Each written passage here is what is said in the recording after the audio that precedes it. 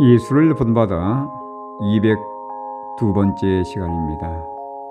오늘 말씀에 보면 누가복음 13장 18절로 21절이며 제목은 겨자씨와 누룩의 교훈입니다. 안식일에 꼬부라진 여인을 치료하신 후에 예수님은 이어서 겨자씨와 누룩에 대한 비유를 말씀했습니다.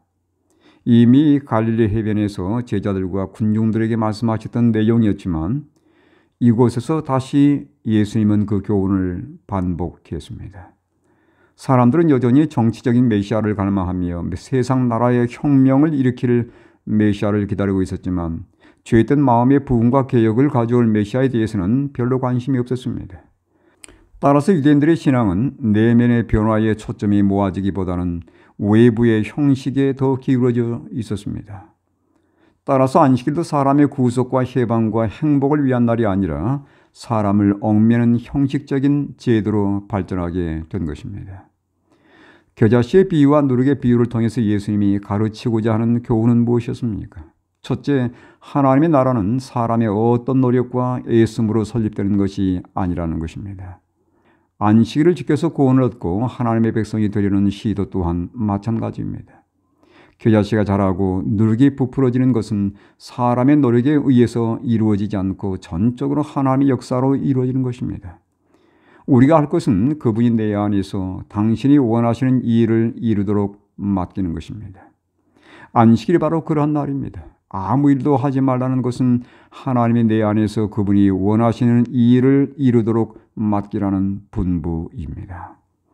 둘째, 하나님의 나라는 내 안에서 시작되어야 합니다. 하나님의 나라는 떠들썩한 흥분과 외적인 화려함으로 역사하는 것이 아니라 마음에서 조용히 시작된다는 것입니다. 거기에는 사람들의 주목을 끌만한 아무것도 없습니다. 작고 미미한 출발이기 때문입니다.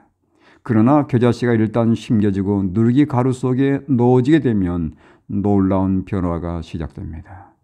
겨자씨는 거대한 나무로 성장하고 누룩은 밀가루 전부를 부풀어 오르게 하듯이 내 안에서 시작된 하나님의 나라는 조용히 그렇지만 빠르게 성장하고 확산될 뿐 아니라 그 나라가 마음과 마음으로 이어지면서 세상에서도 빠른 속도로 확산되고 성장할 것이 이 두 비유를 통해서 암시하고 있습니다.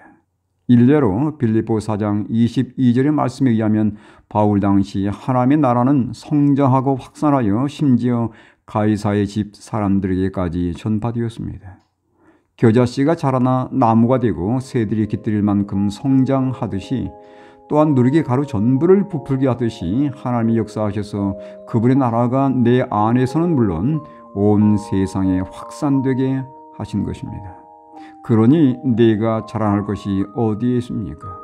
그분이 내 안의 변화를 이루어주셨고 그분이 내 믿음이 성장하도록 도우셨고 이 세상에 그 나라가 확산되도록 섭리하셨으니 오직 주님께 찬양과 영광을 돌릴 뿐입니다.